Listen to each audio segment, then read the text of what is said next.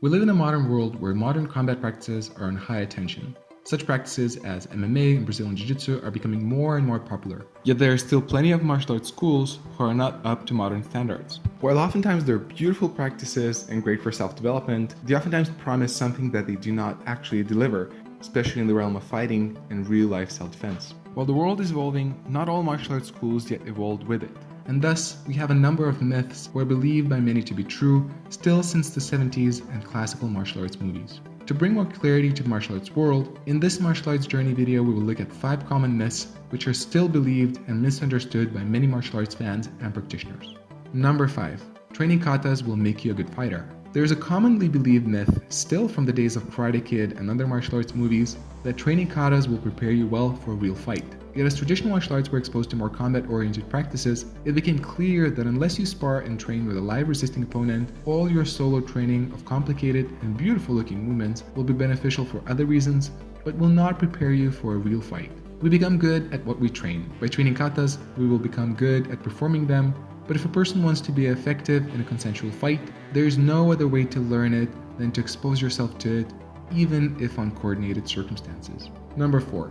If you are skillful enough, your physical shape does not matter. One of the earliest signs of a dojo is an overweight, out-of-shape grandmaster, oftentimes of his own school or style. This lack of physical shape oftentimes comes from their belief that their techniques are so effective that they do not need to rely on physical strength or conditioning. Yet when martial arts were exposed to the modern world, it quickly became obvious that if you possess no physical strength or cardio, most techniques will not be effective, and the martial artist who is out of shape will soon be in trouble.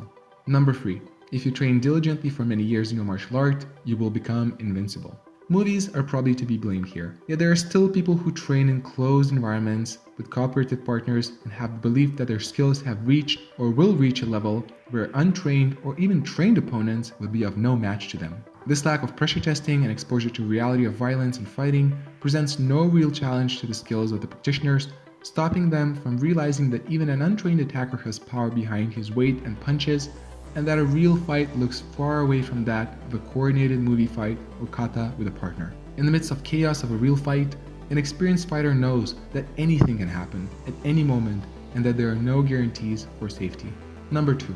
Some martial arts techniques are deadly, aka too deadly for the ring. Whether these oftentimes secret techniques are told to be deadly for self-defense or whether they're too deadly for MMA, a number of traditional martial arts schools still believe that their school possesses knowledge of deadly techniques. Whether it's a hit with a fist to the chest or some secret deadly pressure point, these schools oftentimes have an excuse of not being able to prove that it works because a real demonstration would kill a person. Unfortunately to them, if hitting pressure points would really be as effective as in movies, they would already have been used in MMA or applied by well-respected self-defense systems. But as UFC proved straight away, the use of even not deadly secret techniques of martial arts schools went straight out of the window when they were faced with a more experienced combat sports practitioner with pressure-tested skills, as these deadly masters soon realized their secret techniques had no real application behind that of their fantasy.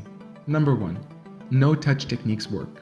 We all want to believe somewhere inside that magic is possible. This makes life more exciting and gives the belief that we can be more special than we think. Yet as it was proven more than once, as soon as a no-touch master is faced with a person who has no belief in it, all the no-touch magic goes out of the window. Of course, the master always has an excuse, such as he had his tongue on the top of the mouth and that blocked my technique. But while this explanation does not make the no-touch technique more real, even if it did, what's the use of it if it doesn't work as soon as you raise your tongue? While there are many more myths in martial arts that people still believe, these are the top 5 myths that I've gathered through my investigation and questioning of martial arts. What myths would you add to the list? Let me know in the comments. Also, if you like the video, don't forget to click the like button and share it. That will help me make more videos like this one to bring more clarity to the martial arts world. If you want to see more videos like this one, also subscribe. Thank you for watching, and I wish you to own your journey.